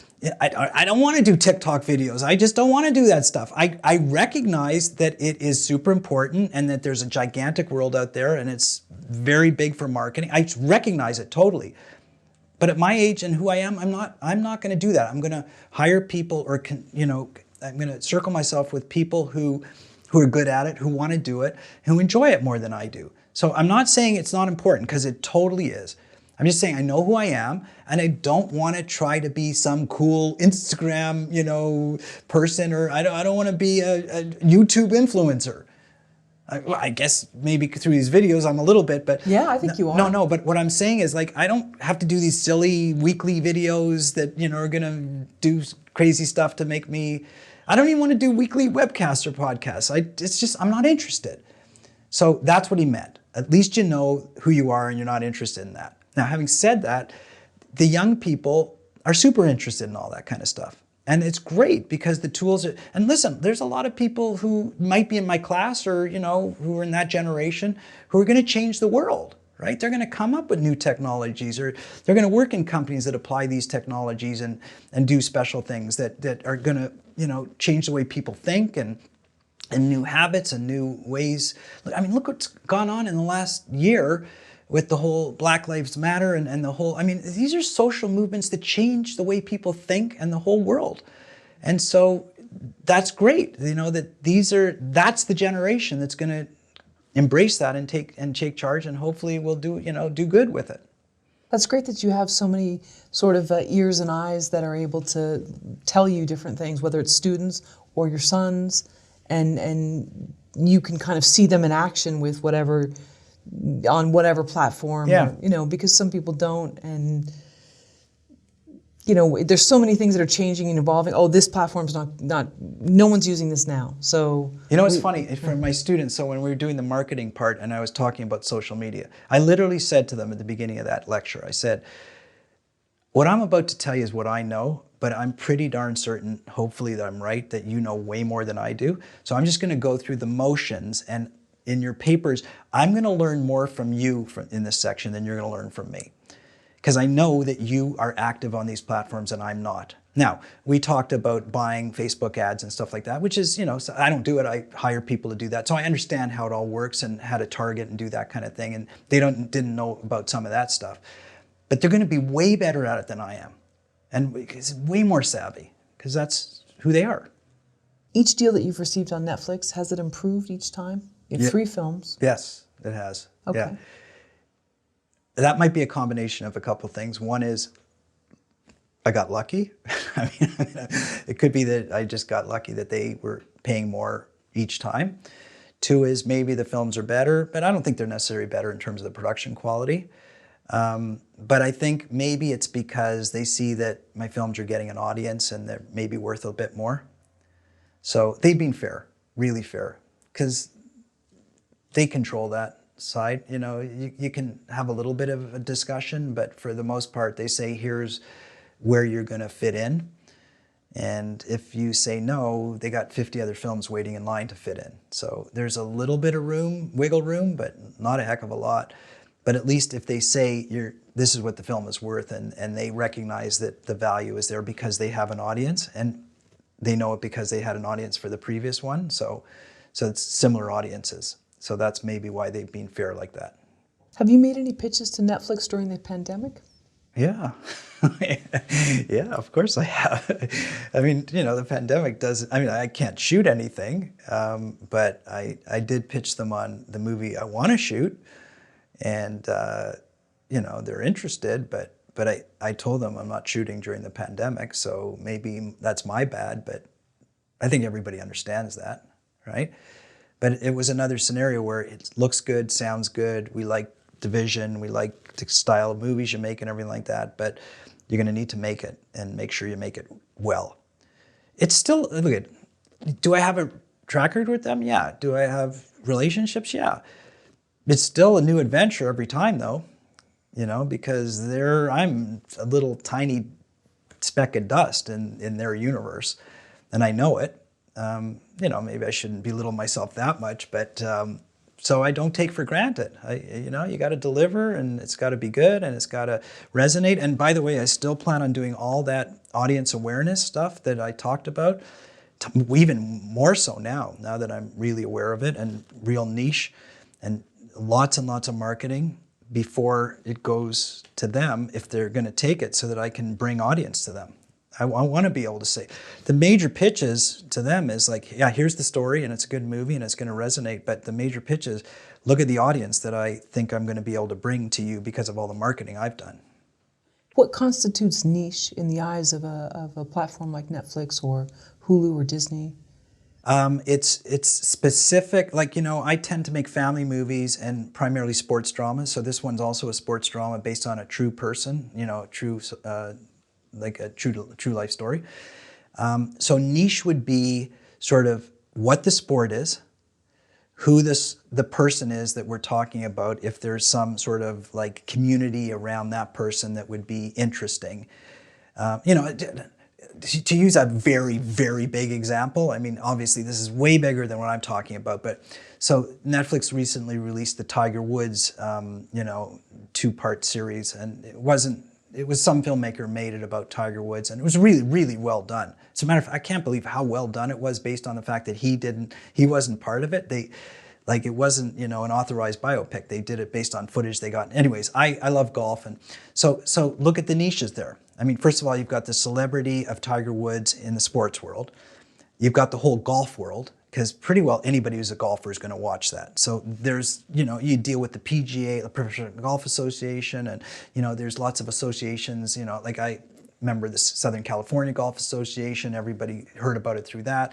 So we all got it, very niche target marketing to the golf world, obviously to the overall sports world, and then, you know, the general stuff is to the celebrity world, because he's a major celebrity, you know, in his own right, even though he's an athlete, but, you know, he's probably more well-known in the world than any actor is, or, you know, way up there with them. So, but, you know, as I say, that's an extreme example, because you're talking like probably the most well-known athlete in the world. But the niche is the golf thing, right? And so even if it wasn't Tiger, if it was some unknown golfer, you still could have gone into the golf world, because generally, like, I guarantee I know a lot more golfers than you know on the PGA Tour. I think so. So if they had used somebody who wasn't the notoriety of Tiger, but, you know, somebody who I was interested in as a golfer, they could target me. And that alone would be, and, you know, and then it's also demographics. You know, generally a lot of people who golf are more so male than female, but, you know, it goes both ways. But, you know, there's ways to target that.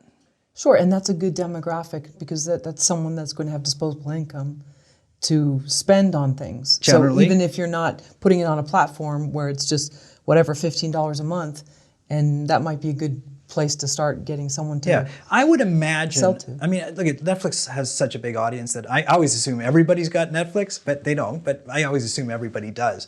But I would imagine that, there were a lot of golfers who maybe don't have a Netflix subscription that maybe did sign up for a Netflix subscription just to watch that special. And it was really well done, so they probably got their money's worth. Now, will they stay subscribers? I don't know. That's up to Netflix to start to profile them and feed them other golf stuff or whatever stuff. Netflix is good at that. Right, suggested Yeah. films. Yeah. What's different about the pitching process with Netflix now versus prior years, 2015, 2014? Like I said before, it's a bigger company, so they generally don't take pitches. That's what's different. I've done business with Netflix for 3 films, but I'm not going to call myself a Netflix expert. There are people who do way more business than I do, especially different types of business, like internally. I haven't done any Netflix originals. I've talked to them about it. There's a different department and different style and all that kind of stuff. So I just sort of know what I know as an outsider. And again, I guess I'm much further ahead than any indie filmmaker who hasn't done any business with them. But I feel like I'm not that qualified to talk about it, but I guess more so than others. But the pitching, what makes it different? I mean, it's just back then, they took pitches. They just don't take them. They don't have the time or the interest unless it's done through, the right channels, which is agents or distributors. So you're basically locked out now. How are your pitches different now, knowing that they're a bigger company, they have less time, they have so many people trying to get into that front door? Yeah. My pitches to everybody, not just Netflix, anybody who I'm dealing with, are shorter and more concise and right to the point because of lack of time, and they hear so much. So I get right down to it. It's almost a log line, like here's the movie, here's what it's about, and here's the audience, and here's how we're going to go after that audience, and here's what I'm going to bring to the table as a result, here's the marketing I'm going to do. And it's, like I say, I try to keep it to 5 minutes, and then the rest is hopefully questions. But that's all you really need. And you can I could do it in probably 30 seconds, but I spread it out just a little bit so I'm not talking too fast. But yeah, back then I was pitching, as I said in the last video, I would do 20 to 30 minutes for a pitch, tell them about the story, tell them about this, the actors, how we're going to shoot. And they don't care. Nobody cares about that stuff. Just make a darn good movie. Tell us who the audience is and deliver. So if I was at Netflix, you've just pitched me, what are my questions going to be to you? Or am I just sending you out the door? Thank you very much. We'll look it over. No, but remember, I'm not going to get a pitch for something that unless it's a Netflix original. And in that case, I'm sort of just telling them the idea. And that's more about the script because they're just basically going to buy the script and maybe hire me to make the film, or maybe just take the script and make it internally with one of their crews. So, potentially I could be hired on, maybe to direct or something. And then we would talk, it's all artistic. It's not about audience anymore because they're going to own the film. They'll control that. They'll bring all that to the table. So the other flip side is pitching a finished film. You've already finished the film. So you don't have to talk about the story or this or that. So back then I would do that. Now I don't talk about any of that. Here's the film. Like just watch the film. I don't have to tell you what, that's why I say it's one sentence about the log line, but here's the film. You either want it or you don't want it based on the movie itself. So they're hearing the log line, they're taking the materials, maybe they're watching it, and then... They'll watch the movie for sure. No. Unlike distributors, they'll definitely watch the movie. No, they don't watch every movie. They'll watch the first 10 minutes, and if they like it, then they'll watch the next 10 minutes, and hopefully they get through the whole thing, right? To make sure that it's okay. But the reason that they'd be interested is because there's an audience attached to it. Because there's, like I say, if I had 10 seconds to pitch Netflix, and that's all you got, right? Maybe I should suggest this to Netflix. Give every indie filmmaker 10 seconds, speed pitching, right? Or 20 seconds or something like that. I wouldn't even tell them the name of the film. All I'd say is, I have 2 million viewers on YouTube who've already seen it and want to see it on Netflix. That's the pitch. Now, hopefully that's the case. And they'd say, oh, by the way, what's the name of the film? You sure you got the 2 million? Prove to us you got the 2 million. Let's see it. Did you jig it? Did you do something? Blah, blah, blah. That's the pitch. The film matters, but the audience matters more. Can we reenact the pitch that you did for your last movie? Sure. To Netflix, how did you, let's suppose I'm the person on the other side of the desk. Great to see you, have a seat, Can you get him some water, coffee? Great, thank you. No, Okay. that didn't even happen. Oh, okay, all right. That happens in the lobby. Did they validate your parking? That happens in the lobby. They have a nice station in the lobby. Go get yourself a drink, a coffee, whatever. And no, when we get up to the meeting room, let's get right into it, all right? So the pitch was very simple. It was like, I want to make another, the Olympics are coming in 2 years. I believe that we did well with our first movie, with Full Out, and I would like to make another gymnastics movie similar to that, because with the Olympics coming, we know that women's gymnastics is a big thing in an Olympic year, and you've already developed that audience with the first movie. Would you be interested in having another one? And I've already got a story, and I got an idea of who we would do it with. It would be very similar to the first one, but a completely different storyline, but it would engage the exact same audience. And I think that the timing would be good to deliver it then during that Olympic year, similar to what we did with the first one. And what was their response? I like it, we like it. Tell me more. And the more, right there in the meeting. Okay. The answer was, yeah, that's a good idea. Okay, what are you thinking? I'm thinking we should do this storyline. Again, a minute. I've got this gymnast, who did this, da-da-da-da-da, and I think it'd make a really good story. And instead of doing hip-hop dancing, I want to do break dancing in this one. So similar type of thing with two characters that meet, but let's go into the break world because it's really cool these days and the music is really good, and I think that'll resonate. Okay, great idea. When do you want it to shoot it? Blah, blah, blah. I'm going to shoot it then. When would you deliver? Okay, we would need it by this time. And then the number. Then how much would you be willing to pay? And then we get into that. And that takes a minute or two. No, but they also, by the way, they're sitting with an iPad and they're saying, oh, let's see, what did Full Out 1 do? Yeah, okay, the numbers look pretty good. All right, let's talk about the next one. They would actually give you that number? Oh, no, right they don't there? tell you. I see. They're looking at their iPad. They're not telling you. They're saying, yeah, okay, looks okay. We're good to go. Next. I say, can you share can you turn the iPad around? I want to see the numbers. No, we don't do that.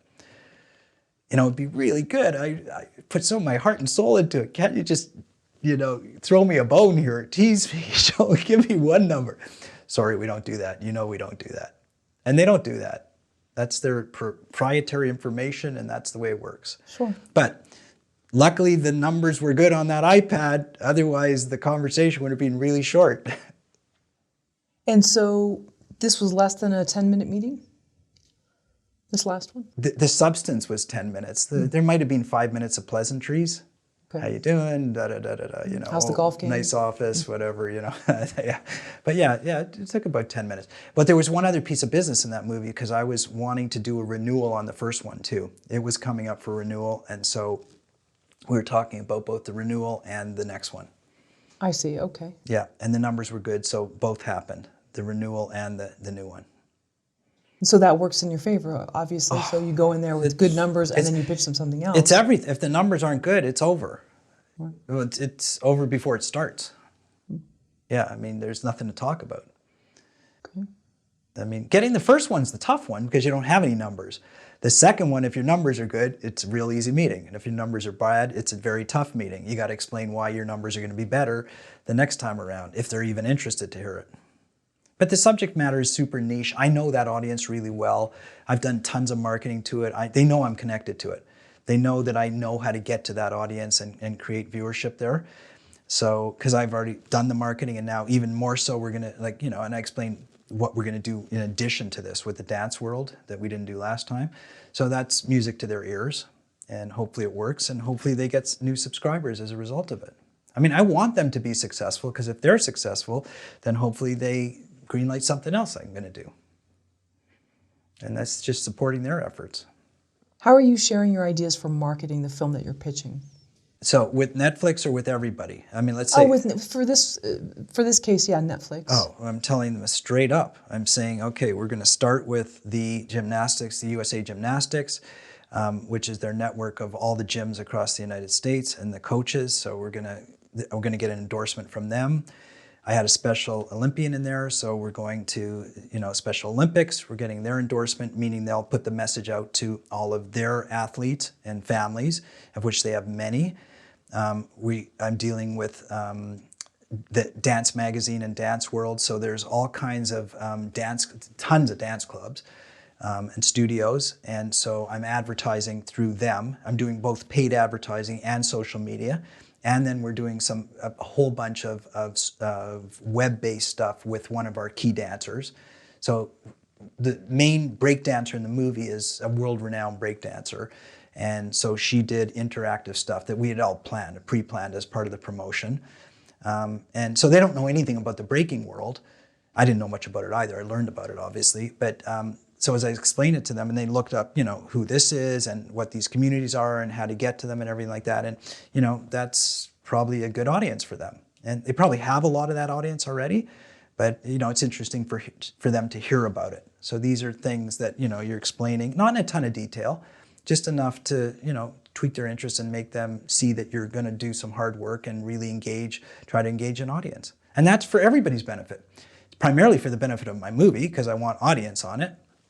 By the way, this is before they say yes, right? So I'm doing this anyways, regardless of whether they say yes. I'm doing it because I want to be successful with my movie. So if they don't say yes, maybe I take it to Apple TV and pitch them the same thing, or to, to Hulu or something like that, which by the way I did.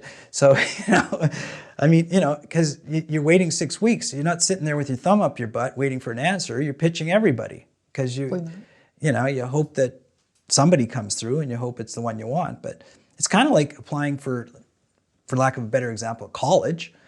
You don't apply to one. You apply to one, that's a disaster unless you're pretty darn sure you're going to get in. You apply to 10, or, and you hope that, you're just hedging your bets a little bit. So the log line is equally important as how you'll market to your audience and who your audience is? It sounds like neither is more important than the other. You've got to have both. The log line is just for pitching. Everybody on their platform doesn't put just a log line, they put a synopsis. You go into Netflix and you see a 3 or 4 sentence synopsis on every film. So the log line is just when you're pitching. It's what people call the elevator pitch thing. You got 3 floors in an elevator and you better get it out quickly. So you just get a log line in there that sort of captures what the movie's about. And then as soon as you capture their attention, then they might ask you more details and you can go into a little bit more detail. But I find that filmmakers, the big mistake they make in pitching, and they do this all the time when I'm consulting with them, is they talk way too much about the story. We all know story elements, we get it, we know genres. I know pretty well all of them. So just tell me the details, because I say to them, this is the irony. So they're paying me for their time. They might book an hour, right? And they're paying for that.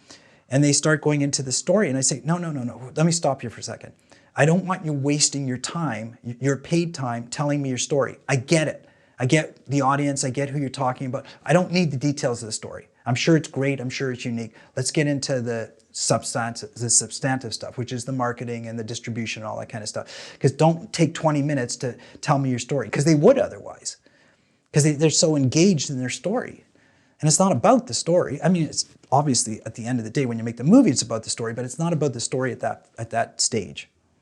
That's why I was wondering is how important, it sounds like then the synopsis or logline, whatever it is you're going off to pitch them, is equally important as who's your demographic, how are you getting to them? Well, think about it. Like you're sitting there, you're a Netflix buyer, right? I'm saying to you, I'm going after the dance world and the gymnastics world.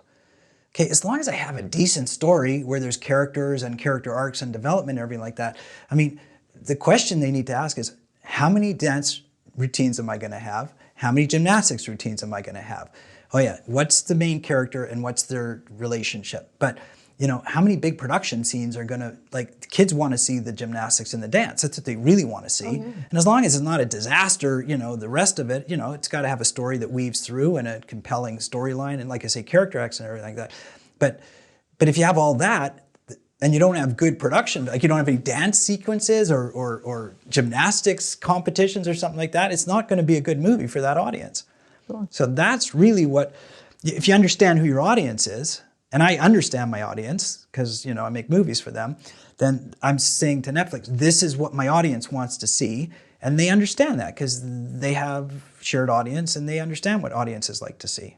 Fame, Now, the TV show Fame. Yeah, for sure. All of the dance routines interwoven they with had, the they had troubles. Cheer. They had Cheer on there. The Cheer was the series that they did about cheerleading, so they understand that market really well. But now, that's in the department that acquires. That's the licensing side. So that's who I'm pitching to. So they're going to acquire the movie, right? If you're pitching to Netflix Originals, where you're talking story, the pitch might be totally different. It might be way more about story, character arc, plot points, all this kind of stuff. I mean, they're going to get more into the artistic side of it because they're going to be making the movie with you. So they want to see some of the artistic vision. But this is, you're making a movie and you're going to tell them why it's marketable and you're hopefully going to make a good movie that they're going to buy. They're not involved at all artistically. So it's a sort of a different style altogether. Not sort of, it is. It is. You're not talking creatives with them. You're talking about audience that you're going to resonate with when you deliver this finished film. The film's done. They have no say in it because you can't change it. It's over. Whereas in the other side, the Netflix original, nothing's happened yet. They can change everything. And you would have a broader audience for this? Because I'm thinking of like the TV show Dance Moms, I believe. I've never actually watched it, just seen trailers. Mm-hmm. But you have not only the kids in the thing that are the dancers, sorry, but you also have the moms. So you have a much wider, you have parents and you have their kids. Oh yeah, and I just told you two components. I went, breakdancing and gymnastics. Of course, there's lots of ancillary stuff and everything. Yeah, no, I have a whole marketing plan. I just didn't want to spend too much time on this interview talking about it, but we could go into a lot more detail, about like all the components of what we did. I mean, I did a whole bunch of promotions too. Like for example, I'll just give you one. We shot that particular movie. We shot in Oklahoma City at the University of Oklahoma with the Oklahoma Sooners. It's about one of their gymnasts, and it's shot on location there. So I did a huge promotion in Oklahoma City with Pizza Hut, and I created a lot of awareness by doing a pizza box topper that goes out to, 50,000 pizzas they sell in whatever period it was. So that the local audience, because the girl's wearing a Oklahoma Sooners outfit, that's the key art. So everybody in Oklahoma City knows who the Sooners are. You might not know, but everybody there does. From seeing your movie, yeah. Okay, so that's local stuff. Yeah. I mean, we also did lots of television, publicity spots there. We got a lot of ads, not ads, but we got a lot of spots on local editorial. They were all interested that a movie was being shot on location about a true story about one of their gymnasts. So we got lots and lots of that, which I used in that market more so. I'm not going to use that nationally because it doesn't resonate, but locally it resonates really well. Mm-hmm. So, but the Netflix of the world understand all that stuff because their business is engaging audiences. So they get some of that. Like some Kansas City reporter doing a story of, Brenna Dowell, which is what happened, is great in Kansas City, and that's good, and what does that mean to Netflix? It's one tiny component of their entire base, but it's better than nothing. And maybe they can, sign up 10, 1,000 more subscribers there in that marketplace based on that, maybe. This is micromanaging, running a business, so, and building your audience. No, those are great details, and I love that. And I love that you would think of Pizza Hut, maybe that's something but families are going to be ordering pizza, and who's going to want to see that movie? Families. Hold on. The Pizza Hut thing, first of all, I should have brought it. There's a whole flyer that we printed with a discount on watching the movie. You get so the reason Pizza Hut was in was, so the win-win was, they stuck this flyer, it was like a postcard size thing of the graphic, and I'm saying new movie available, on the following platforms. And it's like, 6 transactional platforms. And then the flip side is special promotion from Pizza Hut, 50% off in this market with this pizza, and here's the code. And you stick it in and you get it for 30 days. You can watch the movie for half price with the purchase of this pizza. So it's a win-win. But hold on, that was just one, that's one promotion. I do tons of those, and Pizza Hut was just one of there's 10 pizza chains. So I pitched like 5 of them, not just Pizza Hut. I wanted Pizza Hut, but if Pizza Hut said no, maybe it was Domino's, you're pitching everybody. But like I say, I spend way more time marketing than I do on making movies, way more time. That's the kind of stuff you're talking about. And to kind of go back to what I was talking about before, filmmakers, first of all, don't even know about this kind of stuff. Secondly, what filmmaker wants to do that? talking to 10 pizza joints to figure out a local pizza promotion. You don't want to do that. You want to make movies. Studios have all this built in. They just take for granted all that kind of stuff. Independent filmmakers don't even know about this stuff. This is stuff that's totally foreign that they would never get around to. They don't have enough time to get around to it, let alone to do it, even if they knew about it. Like I'm telling you, like to me, this is like a no-brainer. I'm talking about it as like, that's nothing compared to, I can tell you some way more niche stuff than that. Like that is a pretty big promotion. I mean, there's stuff that's even smaller. And you're saying, wow, that's interesting. And I'm thinking, that's not that interesting. I mean, that's kind of what you do. How are you getting a mom and daughter in Chicago to care about a gymnast from Oklahoma? Because hopefully the daughter's taking gymnastics or dance. And hopefully she's connected to a gymnastics or a dance club where her coach says, hey, there's a new movie came out. It's really nice family fare. I think you and your family would enjoy it. And potentially a little bit of social media where we're targeting maybe Facebook ads that target to that. You know, it depends on how old the daughter is. Maybe she's 12. That's our core audience for that kind of movie. And, you know, maybe Facebook has all these analytics and everything. So, you know, that's part of it. But yeah, we're reaching out at different, the more direct stuff is through the clubs. And we send the clubs, every club got sent a postcard, kind of similar to what I was talking about, every club to the coach. When we did the first one, if it wasn't the pandemic, because the clubs were closed, in the first one we sent a poster to every club and asked them to hang the poster. You know, a signed poster. It was a nice, really nice poster, so that was a nice sort of thing to put in their lobby. You know, and that creates awareness. And then, of course, we have a website which they go to and get details and that type of thing. I mean, that's generic marketing. I mean, it's specific to that audience, but this is what I'm talking about. Like, there's so much involved in marketing. I mean, when you do marketing for a living, that's not that special, what I just said. And it's special, but not that special. But when you do filmmaking, all of a sudden marketing is like, holy smokes, I didn't even know about this stuff. Like, this is really good. Like, I didn't even know you could do that kind of stuff. Yeah, there's a creativity in what you're telling me.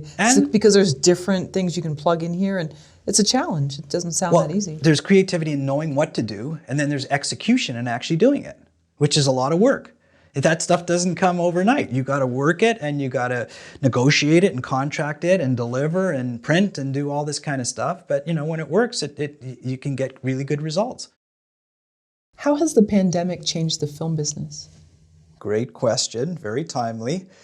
The major change is obviously the theatrical business, you know, theaters closing, so that's had a huge impact on how movies are viewed now, especially, you know, the big blockbuster tentpole releases. So that's a big one, but that also caused a huge change in the whole VOD world, like the streaming world. So all these studios that were probably thinking about, you know, becoming subscription video on demand services, had it in the works, likely accelerated their plans.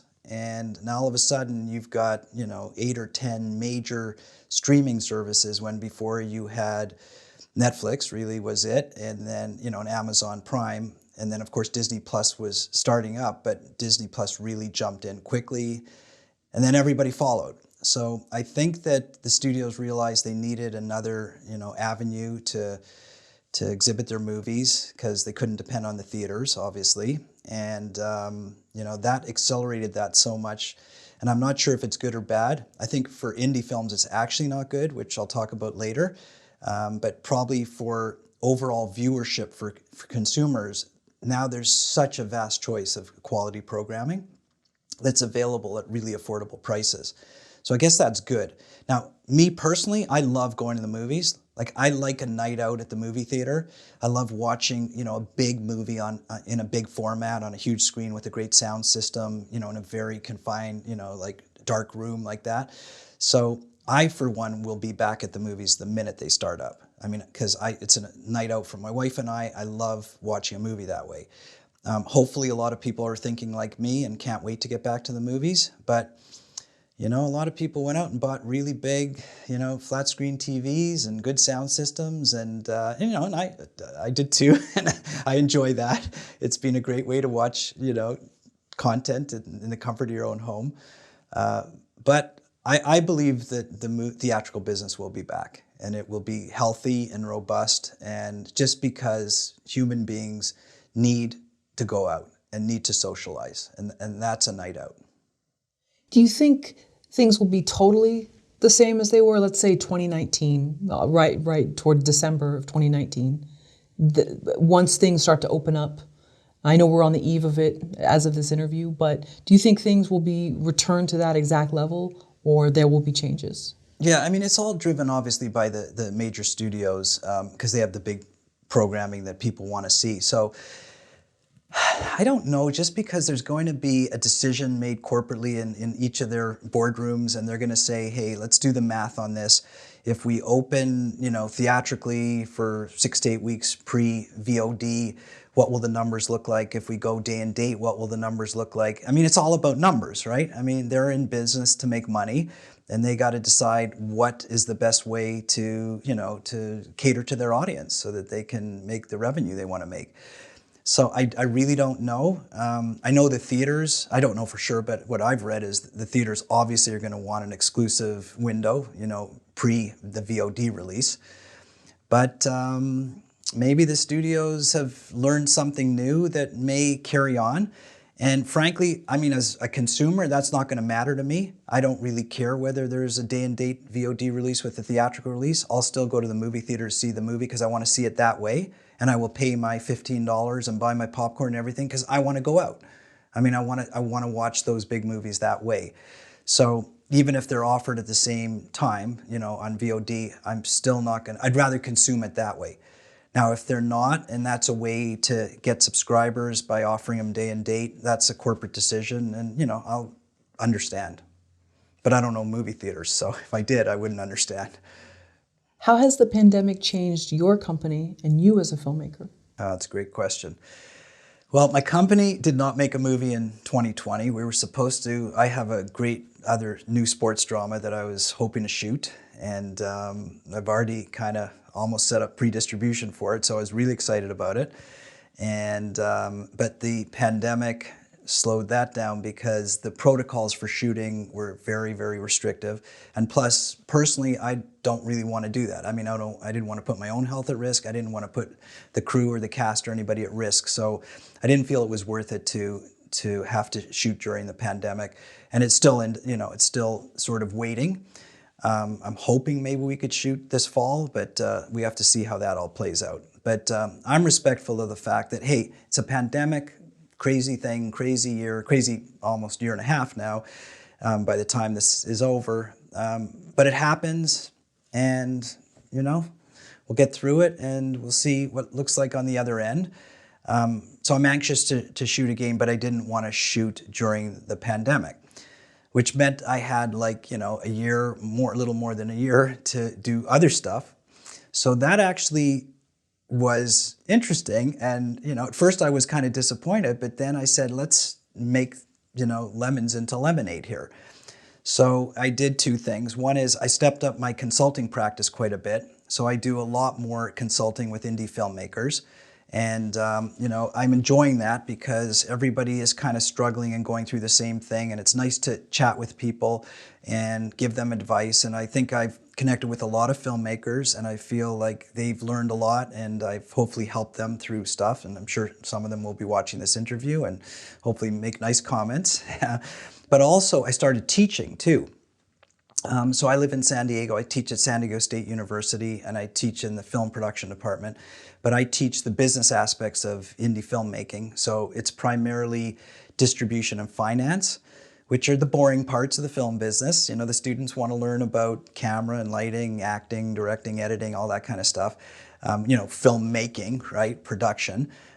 So they have to take my course to graduate if you're a film major, and they learn about finance and distribution primarily, a little bit about budgeting and scheduling. And so it's been interesting because at first the students are, a little leery of it, because they don't realize what that entails. But I've really gotten great feedback on that from all the students who are taking my course, and they're primarily upper level students, because they didn't really understand distribution at all. I mean, they've heard the word, but they had no clue what it is. I talk a lot about marketing and, how to kind of make sure that you've got your plans in place before you start shooting so that maybe you'll do things differently during your shoot if you need to. And, the whole financing piece, everybody's really curious about how that all gets put together. There's legal terms, technical terms, lots of business terms, which, people who are artists and filmmakers don't really love that, but totally appreciate it once they understand how it all fits together to become, the film business. And so in my course, I call it the business of film. The students call it the film business. I always say you should put the business part first, not the film part, but they're both equal. I mean, you need to have the art, obviously, the artistic side, but they're taking, a dozen courses on that side and one course in business. And, maybe that will expand into more. I believe in order to be a successful filmmaker, as I've said many times in your interviews and to other people, it's really helpful to know what really goes on the business side, primarily the distribution side. You don't have to do it all. And I tell people, you don't have to become an expert in it, but it's good to understand it, to at least be aware what goes on, what other people do, so that you can be part of the conversation and the narrative and just be a little bit more up to speed so that when you do cross those bridges, at least you know what the bridge is. And what do you start out with once you get through all of sort of the housekeeping of the course and the timeline and what materials they need? What do you start with? So it's interesting. So I teach in my course, which is the business aspects of filmmaking, I teach 3 units. I teach distribution, production, and finance. And I actually teach them in that order. So inevitably, the first question I get asked is, why are you teaching distribution before you teach production? Like, shouldn't you be teaching, all of the legals and business aspects of making a movie, which is production, before you teach selling a movie? Or how about, shouldn't you teach financing a movie before you teach selling or making a movie? But I chose that order on purpose because I said, in order to be a successful filmmaker, because I teach about sort of commercially viable filmmaking. Obviously, you have to be a good artist, and you have to make a good film. You can't sell a bad film. So I take for granted, I say, I assume you're going to make a good film. That's what the other teachers are teaching you how to make a great film. So I'll check that box. But before you make that great film, you really need to understand, 3 major things: who your audience is, who you're making it for, how you're going to create awareness with that audience, and will your audience pay to consume it if you want to make money with your movies. And that's all distribution. So it's really important to understand those components before you make your film, because 1 is you might make a different film. 2 is you might not make the film you're making. I mean, if you really want to look at the business component so that, like, at the end you don't struggle and say, oh, if I only would have known, or if I had a thought of that first, that's why I teach distribution first. Because distribution really is enlightening to understand sort of the film that you're crafting so that you make the right film so you could sell it afterwards. And even while you're making it, you have to understand distribution so that maybe you're making components that help you market the film, or maybe even doing social media from set or that type of thing. You're marketing, preparing to sell your film before you make it. Have you been surprised by any of the questions, or actually just pleasantly sort of enlightened by how advanced some of these individuals are when it comes to distribution? Yeah, well, no. I mean, I'm going to say 99, I'm going to say probably 100% of students who go to film school go to learn production. I mean, that's what film school is, teaching you how to make a movie. I think our school, San Diego State University, recognize that it's really important to teach distribution and finance because those are such important components of being a successful career filmmaker. But for the most part, students don't expect to learn about those kind of things because those are sort of the business things, and film school is about the artistic things. So at first, I'm not surprised. They're surprised. The students are surprised when they take the course. They have to take my course to graduate if you're a film major. So it's a there's 2 prerequisites, and and it's a mandatory course. So, I'm the course they don't want to take because it's all the boring stuff. It's legal, business stuff, that type of thing. But once they do take it and they start understanding about, how distribution works and what the different platforms are and how they buy and sell and how movies, get financed and this kind of thing, they're totally intrigued by it. They're probably a little overwhelmed by it as well, because there's so much that they haven't really thought about. You know, financing a movie is, in my estimation, far more complicated than making the movie or editing it. Like I say, everything's important. I'm not belittling anything, but to understand, you know, how the whole system works from start to finish as a business is fascinating for them. And they're learning a lot.